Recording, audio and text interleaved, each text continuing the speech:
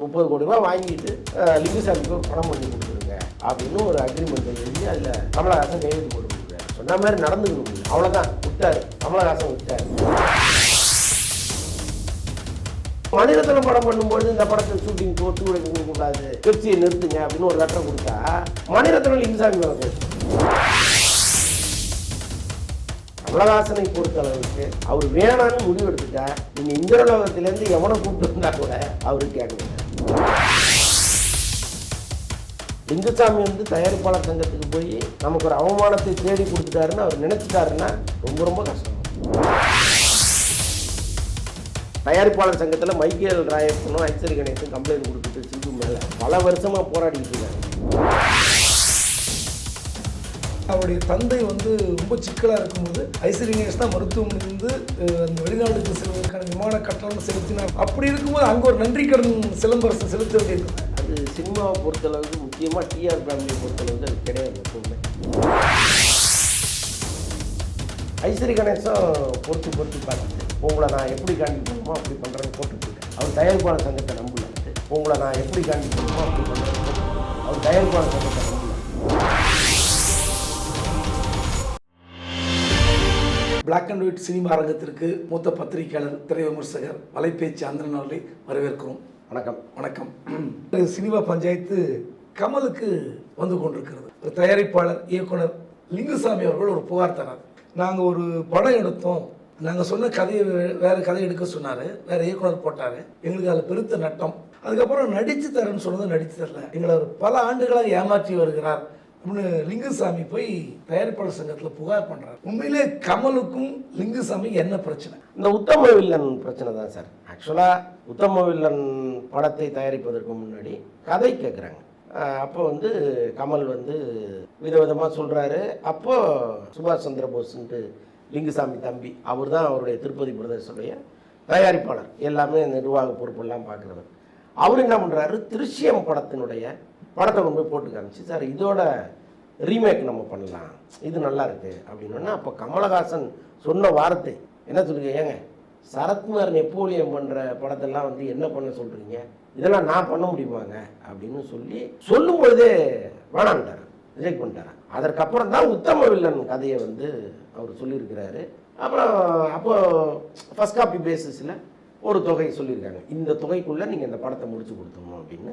கரெக்டாக அந்த schedule payment அன்றைக்கெல்லாம் Tirupati பிரதேசம் ரொம்ப நல்லா இருக்காங்க. அதனால் கரெக்டாக சொன்ன மாதிரி ஒரு அட்வான்ஸு, நடுவில் ஷூட்டிங் போகும்போது அந்த கரெக்டாக அந்த டேட்டில் ஷெட்யூல் பேமெண்ட்டு முடியும் போது கரெக்டாக எல்லாமே கொடுத்துருக்காங்க. கொடுத்துட்டு அந்த படம் ஷூட்டிங் போயிட்டு இருக்கும் பொழுது திருச்சியம் படத்தை கமலஹாசன் வாங்கி பாபநாசம்ங்கிற பேரில் படம் பண்ணுறாரு. அப்போ இவங்களுக்கு எப்படி இருக்கும்? ஒரு கமர்ஷியல் படம், பிரமாதமாக ஓடக்கூடிய படம், கரெக்டாக கணிக்கிறாரு, கணிச்சு சொல்கிறாரு இந்த படத்தை பண்ணலாம் சார்னு. ஐடியா இவரு கொடுத்தது, அந்த படத்தை பண்ணலான்ட்டு. இந்த படம் போயிட்டு இருக்கும்போது அந்த படத்தை அவங்க ரைட்ஸ் வாங்கி ராஜ்கமல் பண்ணுறதா ஒரு பிளான் பண்ணும்போது அவங்களுக்கு எப்படி இருக்கும்? சார் ரைட்டு, ஓகே, முடிஞ்சு போச்சு, நம்ம படம் ஆல்மோஸ்ட் முடிஞ்சிருச்சுன்னு படத்தை போட்டு பார்த்துட்டு லிங்குசாமி ஒரு டைரக்டராக கருத்துக்களை சொல்றாரு.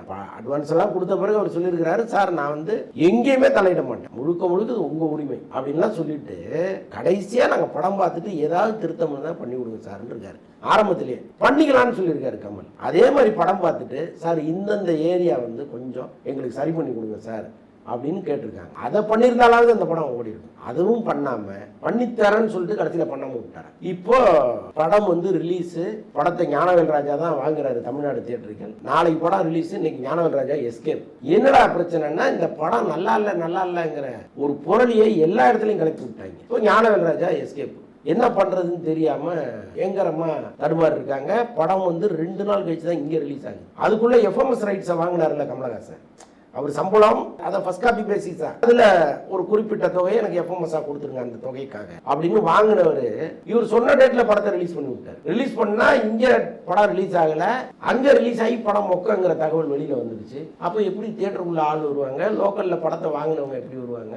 மாரி பல சிக்கல்கள்ல மாட்டாரு லிங்குசாமி. மதுரை அன்புட்ட சொல்லி அவர்கிட்ட தான் ஏதோ கடன் வாங்கியிருப்பாரு போல இருக்கு. படத்தை வாங்குறதா சொன்ன ஞானவேல் ராஜா ஓடி போயிட்டாரு, எங்க இருக்காருன்னே தெரியல அப்படின்னு. அப்புறம் மதுரை அன்பு வந்து ஞானவேல் ராஜாவை தேடி பிடிச்சி கொண்டாந்து பஞ்சாயத்தில் உட்கார வச்சு பெரிய விவாதமாகி விடிய சண்டையை போட்டு கடைசியா வந்து படத்தை ரிலீஸ் பண்ணி தர்றோம், நீங்க வந்து 30 கோடி ரூபாய் வாங்கிட்டு லிங்குசாமிக்கு ஒரு படம் பண்ணி கொடுத்துருங்க அப்படின்னு ஒரு அக்ரிமெண்ட் எழுதி அதுல கமலஹாசன் கையெழுத்து போட்டு கொடுக்குறாரு. அதுக்கப்புறம் சொன்ன மாதிரி நடந்துக்கணும்ல, கையெழுத்து போட்டாச்சு, ஒப்பந்தம் அது மீறக்கூடாது இல்ல, அவ்வளவுதான் விட்டாரு, கமலஹாசன் விட்டாரு. அதுக்கு ஒரு காரணம் இங்க சொல்றாங்க. என்ன காரணம் அப்படின்னா, கமலஹாசன் அடுத்தடுத்த படங்களுக்கு போயிட்டாரு, ஒரு 6 மாசம் 7 மாசம் ஆச்சு. திருப்பதி பிரதேசத்துல இருந்து ஒரு நெருக்கடி கொடுக்கல. என்ன காரணம்னா, கமலஹாசன் எப்பவுமே அங்க வச்சிருக்காங்க, அவரு மிகப்பெரிய நடிகர், ஒரு பெரிய சாதனையாளர்ன்ட்டு அவரை போய் நம்ம ஓயாம தோண்டக்கூடாது அப்படின்ட்டு லிங்குசாமி வந்து கொஞ்சம் மரியாதையான அவராக வந்து நடித்து தருவார்னு காத்துட்டு இருக்காங்க. இதுக்கிடையில ஒரு தகவல் என்ன சொல்றாங்கன்னா, ஞானவேல் ராஜா வந்து கமலை தொடர்பு கொண்டு எப்போ படம் பண்ணி கொடுப்பீங்கன்னு கேட்டதா ஒரு தகவல் இருக்கு. அது கமலஹாசனுக்கு பிடிக்காம எனக்கும் லிங்குசாமிக்கும் தான் அக்ரிமெண்ட், நீ யாரும் நடுவுல இந்த படமே பண்ண மாட்டோம் அப்படின்னு தூக்கி போட்டதா ஒரு தகவல் இருக்கு. இது உண்மையா பொய்யான்னு நமக்கு தெரியல, சம்பந்தப்பட்டவர்கள் தான் சொல்லணும். அதுக்கப்புறம் கமலஹாசன் வந்து டோட்டலா இந்த பக்கமே திரும்பல. இவங்களுக்கு என்ன அப்படின்னா, கமலஹாசன் வந்து சங்கரும் லிங்குசாமியும் ரொம்ப ஃப்ரெண்டு. கமலஹாசன் சங்கர் படத்துல நடிச்சிட்டு இருக்காரு, இந்தியன் 2. இப்போ இந்த நேரத்தில் போய் நம்ம கமலஹாசனுக்கு ஒரு நெருக்கடி கொடுத்தோம்னா அது சங்கருக்கு கொடுக்கப்பட்ட நெருக்கடியா மாறும். அப்போ விட்டுருவோம், இந்த படம் முடியணும்னு காத்திருக்காங்க. திடீர்னு பார்த்தா மணிரத்னம் படத்துக்கு போயிட்டாரு. மணிரத்னத்து மேல லிங்குசாமி மிகப்பெரிய மரியாதை வச்சிருக்காரு. இப்போ மணிரத்னம் படம் பண்ணும்போது இந்த படத்தின் ஷூட்டிங்க்கு ஒத்துழைப்பு கொடுக்க கூடாது, பெப்சியை நிறுத்துங்க அப்படின்னு ஒரு லெட்டர் கொடுத்தா மணிரத்னம் லிங்குசாமி மேல வச்சுப்பாரு. லிங்குசாமிக்கு ஒரு பர்த்டேனா மணிரத்னம் கிளம்பி வராரு, அந்த பார்ட்டியில மணிரத்னம் வந்து உட்காந்துக்கிறாரு. அப்பேற்பட்ட ஒரு நட்பு நம்ம கெடுத்துக்கணுமான்னு லிங்குசாமி வெயிட் பண்றாரு. இப்படியே நிலைமை போயிட்டே இருக்கு. ஒரு கட்டத்துக்கு மேல இது நம்ம பொறுமையா இருந்தோம்னா அது இன்ச்சு கூட நகராது அப்படின்னு தான் ஒரு ப்ரொடியூசர் கவுன்சில் போறாரு. ஆனால் கமலஹாசனை பொறுத்த அளவுக்கு அவர் வேணான்னு முடிவு எடுத்துட்டா நீங்க இந்திரலோகத்திலேருந்து எவனை கூப்பிட்டு வந்தா கூட அவரு கேட்க மாட்டாரு. நாகரிகமாக காத்திருந்த லிங்குசாமிக்கு என்ன பதில்? நீங்க என்ன பண்ணாலும் இன்னைக்கு கமலஹாசன் டேட் வாங்க முடியாது. அவர் அப்படிப்பட்டவர் தான். இவன் வேணான்னு முடிவு எடுத்துட்டா வேணாம் தான், அப்படி ஒரு ஆள் அவர். அவர்கிட்ட வந்து இவங்க சண்டை போட்டு ஒரு வேலையை சாதிச்சுக்க முடியும்னு நினைக்கிறாங்க. இது எந்த அளவுக்கு சாத்தியம்னு நமக்கு தெரியல. கமலஹாசனை நம்ம தொடர்ந்து ஃபாலோ பண்ண வரைக்கும் திரையுலகத்தை பொறுத்தளவு அரசியல்ல வந்து டார்ச் லைட்டை அடிச்சு உடச்சுட்டு திரும்ப அங்கேயே போனாரு, அது வேற. அரசியல்வாதியா அவர் ஒரு முடிவு எடுக்கலாம். ஆனால் சினிமாக்காரரா கமலஹாசன் ஒரு முடிவு எடுத்துட்டாருன்னா நீங்க என்ன பண்ணாலும் அந்த முடிவை தாண்டி இன்னொரு இது பக்கம் போக மாட்டாரு. இப்போ லிங்குசாமி உங்களுக்கு எதிராகவே இல்லை. அவர் என்ன சொல்றாரு, தன்னுடைய நண்பர் படம் எடுக்கிறார், சங்கர் தொந்தரவு வேண்டாம். தன்னுடைய மதிப்பு மிக்க ஒரு இயக்குனர் மணிரத்னம் படம் எடுக்கிறார், தொந்தரவு பண்ண வேண்டாம். இப்படி யதார்த்தமாக இருக்கிற ஒருத்தரை காப்பாற்ற வேண்டிய கட்டாயம் கமலுக்கு இருக்குங்க. அதை நினைக்கிற இடத்துல இருந்தாருன்னா அன்னைக்கே அவர் பாபநாசம் படத்தை பண்ணி கொடுத்துருப்பாரு, இல்லைன்னா பாபநாசம் ரைட்ஸை வாங்காம இருந்திருப்பாரு. அப்ப எனக்கு ஒரு நல்ல படத்தை இவங்க சொல்லிட்டாங்க, நம்ம எதுக்கு இவங்களுக்கு பண்ணி கொடுக்கணும், ராஜ்கமலுக்கு பண்ணலாம்னு நினைக்கிறாருல, அங்கேயே வந்து அவர் ஒரு வியாபாரியத்தானே இருக்காரு. அதனால அவர் இப்படிதான் அப்படிங்கிறது நம்முடைய அனுமானம்னு ஒன்று இருக்கு சினிமாவை பொறுத்தளவுக்கு. ஒன்றும் இல்லை, ஏற்கனவே டைரக்டர் சரண் அவர் வந்து வசூல்ராஜா MBBS படத்துக்கு பிறகு கமல்கிட்ட ஒரு டேட் வாங்குறாரு, உங்களுக்கு படம் பண்ணி தரேன்னு சொல்லிட்டாரு. கமல் 50 லட்ச ரூபா அட்வான்ஸ் வாங்கிட்டாரு. கடைசியில் பார்த்தா டேட்டு கொடுக்கவே இல்லை. என்ன காரணம் அப்படின்னா, சரண் வந்து வேற ஒரு நிறுவனத்தோட டைப் போடுறாரு. அப்போ கமலஹாசன் கடுப்பாகிறார், நான் டேட்டு கொடுத்தது உனக்கு, நீ வந்து அதை இன்னொரு கம்பெனியோட டைப் போட்டேன்னா நான் எதுக்கு உனக்கு டேட்டு கொடுக்கணும், டேட்டும் தரமாட்டேன் அட்வான்ஸையும் தரமாட்டேன்னு விட்டார். அந்த அட்வான்ஸை வாங்குறதுக்குள்ள டைரக்டர் சரண் அவ்வளவு பாடுபட்டார். கடைசியில் கோர்ட்டுக்கு போய் தான் அவர் பணத்தை வாங்குற மாதிரி சூழ்நிலையாச்சு. ஸோ அப்படி வந்து கமலஹாசன் ஒரு முடிவு எடுத்துட்டாருன்னா அந்த முடிவில் உறுதியாக நிற்பார். லிங்குசாமி வந்து தயாரிப்பாளர் சங்கத்துக்கு போய் நமக்கு ஒரு அவமானத்தை தேடி கொடுத்துட்டாருன்னு அவர் நினச்சிட்டாருன்னா ரொம்ப ரொம்ப கஷ்டம். கமலோட இப்படி முரண்பட்ட லிங்குசாமி சொல்கிறீங்க, இயக்குனர் சரண் சொல்கிறீங்க. இப்போ சரண் என்ன பண்ணுறாரு, இப்போ அவருடைய நிலைமை என்ன? அவர் படமும் இல்லாமல் தானே இருக்காரு.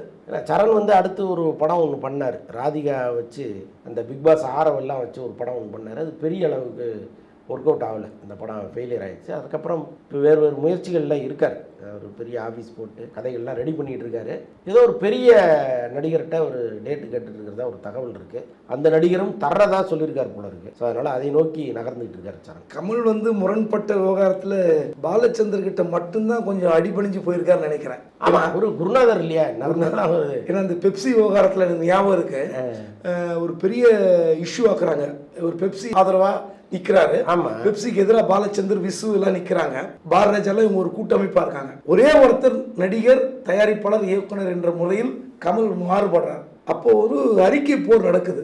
என்னுடைய வளர்ப்பில் வளர்ந்த அப்படின்னு ஒரு ஸ்டேட்மெண்ட்ல பாலச்சந்தர் யதார்த்தமா சொல்றாரு. அதுக்கு கமல் விட்ட அறிக்கை ஞாபகம் நினைக்கிறேன். நீங்க இல்லைனாலும் இந்த செடி ஒரு பெரிய மரமாக வந்திருக்கலாம் அறிக்கை விட்டார். அதுக்கு பிறகு உத்தம வில்லன்ல பாலச்சந்திரோட இணக்கமாக போனார். பட்டு இசைஞானி ஒரு பக்கம் தன் வளர்த்த திரையுலகை இப்படி இழுத்து கொண்டு போகிறார். இன்னும் கமல் இன்னும் இதை விட யதார்த்தவாதி. ஒரு அந்த பணத்தை வந்து திரையுலகில் சம்பாதித்த பணத்தை மீண்டும் திரையுலகிலே போட்டு இருக்கிற ஒரு நடிகர் என்று நாம் பார்க்கிறோம். ஆனால் இப்படியெல்லாம் தன் மீது ஒரு பிம்பம் எழுவதை கமல் தடுக்கணும்னு நினைக்கிற இடத்துல அரசியல்வாதியை விட ஒரு படி மேலே நிற்க வேண்டிய இடம் சினிமா. ஆமாம், ஏன்னா அவருக்கு இடம் இதுதான். ஆமாம், இன்னும் கூட வந்து முழு அரசியல்வாதியாக மாறல. ஆமாம், பார்ட் டைமானு கேட்டால் நீங்களாம் பார்ட் டைம் இல்லையான்னு மக்களை பார்த்து கேட்குறாங்க. அப்படி இருக்கிற ஒரு கமலுக்கு இந்த லிங்குசாமி விவகாரத்தில் தயாரிப்பாளர் கவுன்சில் என்ன போய் கட்டளையிட முடியும்? ஏன் அவர் போய் வேற வழியில முறையிட்டு இருக்காரு. அது கமல் கிட்டே போய் சரண்டா இருக்கலாமே. இல்லை, தயாரிப்பாளர் சங்கம் சொல்லி கமல் கேட்க மாட்டாரு. அதான் நான் சொல்றேன். இல்லை, தயாரிப்பாளர் சங்கமும் வந்து அவங்க பிரச்சனையே பயங்கரமான பிரச்சனையா இருக்கு. ஒன்றும் இல்லை, முரளி ராமசாமி இப்போ அவர் தலைவராக இருக்கார். அவர் வந்து தனுஷ் வச்சு ஒரு படம் ஒன்று எடுத்தார். அந்த படம் வந்து பாதியிலே நிற்கிது. அந்த படத்துக்கு மீண்டும் டேட்டு கேட்டு பல வருஷமா முரளி ராமசாமி அவர் ஃபாலோ பண்ணிட்டு இருக்காரு. அவர் டேட்டு கொடுக்க மாட்டேங்கிறார். அப்படி ஒரு பிரச்சனை அவருக்கு இருக்கு. அதே மாதிரி தயாரிப்பாளர் சங்கத்தில் மைக்கேல் ராயப்பனும் ஐஸ்வரி கணேசும் கம்ப்ளைண்ட் கொடுத்துட்டு சிம்பு மேல பல வருஷமா போராடிக்கிட்டு இருக்காங்க. மைக்கேல் ராயப்பன்லாம் அவர் என்ன சொல்றாரு, காசை என்கிட்ட தர வேணாங்க, நான் தர வேண்டியது இருக்கு டிஸ்ட்ரிபியூட்டர்களுக்கு, அந்த கடை அப்படியே வாங்கி அங்க கொடுத்துருங்க, எனக்கு ஒரு பைசா கூட வேண்டாங்கிறாரு. அந்த இடத்துல நின்று ஒரு அதிகாரமா கட்டளையிட்டு நீ கொடுக்கலன்னா உன் படம் நடக்காதுப்பா அப்படின்னு சொல்ற இடத்துல இன்னைக்கு தயாரிப்பாளர் சங்கம் இல்ல. சிம்பு ஐஸ்வரி கணேசனுக்கு என்ன பிரச்சனை அவங்களுக்குள்ள? ஏன்னா அவருடைய தந்தை வந்து ரொம்ப சிக்கலா இருக்கும்போது ஐஸ்வரி கணேஷ் தான் மருத்துவமனையிலிருந்து அந்த வெளிநாட்டுக்கு செல்வதற்கான விமான கட்டணம் செலுத்தினார்லாம் பத்திரிகை செய்தி வந்தது. ஆமா, அட்வான்ஸ் பணம் கொடுத்தாரு, அடுத்த படத்துக்காக கொடுத்தாருன்னு சொல்லுவாங்க. அப்படி இருக்கும்போது அங்க ஒரு நன்றி கடன் சிலம்பரசன் செலுத்த வேண்டியிருக்குமே. அது சினிமாவை பொறுத்தளவுக்கு, முக்கியமா டிஆர் ஃபேமிலியை பொறுத்தளவுக்கு அது கிடையாது எப்பவுமே. ஏன்னா இப்போ நியாயமாக மைக்கேல் ராயப்பனுக்கெல்லாம் அவங்க கொடுத்துருக்கணும். ஏன்னா சிம்பு இன்னைக்கு வந்து மிகப்பெரிய வளர்ச்சியை நோக்கி போயிட்டுருக்கார். இன்றைக்கி அவருக்கு இருக்கிற ஃபேன் பேஸு, மார்க்கெட்டில் அவருக்கு இருக்கிற ஒரு மரியாதை, இது எல்லாமே அவர் கருத்தில் வச்சாருன்னா இந்த காசெல்லாம் ஒன்றுமே கிடையாது. சில்லற காசு. மைக்கேல் ராயப்பனுக்கு 6 கோடியோ 6.5 கோடியோ கேட்குறாரு. சிம்பு வந்து இன்னைக்கு 25 கோடி சம்பளம் வாங்குற இடத்துக்கு வந்துட்டார். இது ஒரு பெரிய காசே கிடையாது. அவங்க கிட்ட தியேட்டர் ரெவன்யூ எவ்வளோ இருக்கு, பல தியேட்டர்கள் வாங்கி வச்சு அது கூட நீங்கள் தர வேண்டாங்க. உங்கள் மார்க்கெட்லேருந்து நீங்கள் எடுத்து கொடுக்கலாம். எடுத்து கொடுத்துட்டு பிரச்சனை இல்லாமல் சந்தோஷமாக போயிடலாம்ல. ஏன்னா ட்ரிபிள்ஏங்கிற படம் என்னவா வந்துச்சுங்கிறது எல்லாரும் பார்த்தோம். அதில் இவ்வளோ பெருசு இருப்பார் சிம்பு. இந்த படத்துக்காக தன்னை 1 இன்ச்சு கூட அவர் குறைச்சிக்கல. அதே மாதிரி ஷூட்டிங் நடந்துட்டு இருக்கும்போது இந்த படத்தை முடிச்சிருங்க, அவ்வளோதான், நான் இனிமேல் வரமாட்டேன், எப்படியா ரிலீஸ் பண்ணுங்கன்ட்டு போயிட்டாரு. இருக்கிறதெல்லாம் அள்ளி போட்டு நிரப்பி ஒரு படத்தை ரிலீஸ் பண்ணாங்க. சிம்புக்கும் தெரியும். அப்ப நாம வந்து இந்த படத்தினுடைய தோல்விக்கு மிகப்பெரிய காரணமா இருக்கோங்கிறத ஒரு மனசாட்சிக்கு தெரியும். அப்ப என்ன பண்ணணும்னா இந்த பிரச்சனையை வளர்க்கக்கூடாது. இந்த ஓடிப்போ, உங்க காசு எனக்கு வேண்டாம் கொடுத்துட்டு அழகா 10 பேர் வரிசையில் நிற்கிறான் சிம்பு வச்சு படம் பண்ணுறது. அதில் எடுத்துகிட்டு போங்களேன் அந்த 6.5 கோடியை.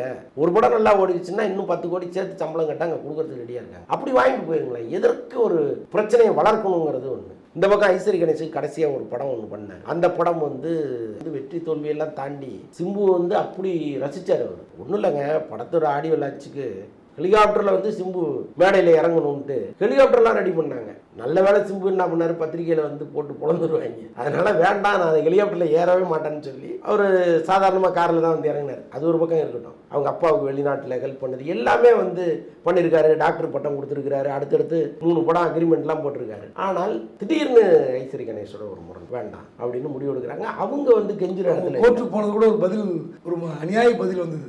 அதாவது பணத்தை கட்ட முடியாதுன்ற ஒரு பதில் இல்லை. அதில் என்னென்னா இந்த பிளாக் அண்ட் ஒயிட்டில் வாங்குறது தான். நீங்கள் எல்லாமே ஒயிட்டில் வாங்கியிருந்தீங்கன்னா ரைட் ராயலாக கொடுத்துருந்தா வாங்கினவங்களை விட்டுருங்க. ஐஸ்வரி கணேஷ் வந்து ஒரு 4 கோடி ரூபா சம்பளத்தை ஒயிட்டில் கொடுத்துருந்தாருன்னா அந்த 4 கோடிக்கான பேங்க் டிரான்சாக்ஷன் இருக்கும். கோர்ட்டில் போய் நீங்கள் ப்ரொடியூஸ் பண்ணலாம். நீங்கள் பாதி காசு தான் செக்கில் கொடுக்குறீங்க, பாதி காசை பிளாக்ல கொடுக்குறீங்க. கோர்ட்டில் போய் நீங்கள் வந்து மொத்த காசுக்கு நீங்கள் கொடுத்தீங்கன்னா மீதி காசு கணக்கு என்னன்னு கேட்பாங்கல்ல. அதுதான் ஐஸ்வரி கணேஷ் விஷயத்தில் நடந்துச்சு. ஸோ இது மாதிரி பல சிக்கல்கள் இருக்குது. ஐஸ்வரி கணேஷும் பொறுத்து பார்த்துட்டு உங்களை நான் எப்படி ஹேண்டில் பண்ணுமோ அப்படி பண்ணுறேன்னு கோர்ட்டுக்கு போயிட்டார். அவர் தயாரிப்பாளர் சங்கத்தை நம்பல. ஏன்னா இவங்க வட குழன்னு பேசுவாங்க, எதுவும் நடக்க போகிறதில்ல, நம்ம கோர்ட்டுக்கு போவோம் ஒன்று போயிட்டாங்க. ஸோ இப்படி இருக்கு பிரச்சனை. நம்ம தொடர்ந்து சிம்புகிட்ட சொல்றது என்னன்னா, உங்களுக்கான இடம்ங்கிறது இங்கே ரொம்ப பிரமாதமான இடம் ரெடி ஆகிட்டு. நாளைய அஜித் விஜயில் நீங்கள் ஒருத்தர், அஜித் விஜய் போயிட்டாங்கன்னா அடுத்து சிம்பு தனுஷ் அல்லது சிம்பு சிவகார்த்திகேயன் அப்படி தான் இருக்குமே தவிர நீங்கள் அந்த ஒரு அற்புதமான இடத்தையே விட்டுட்டு இந்த அல்ப சண்டை போட்டுட்டு இருக்கீங்கிறத நம்முடைய கேள்வி. என்ன பண்ண போறாருன்னு தெரியல. அரங்கத்திற்கு வந்து பல்வேறு கருத்துக்களை சொன்ன உங்களுக்கு நன்றி. நன்றி.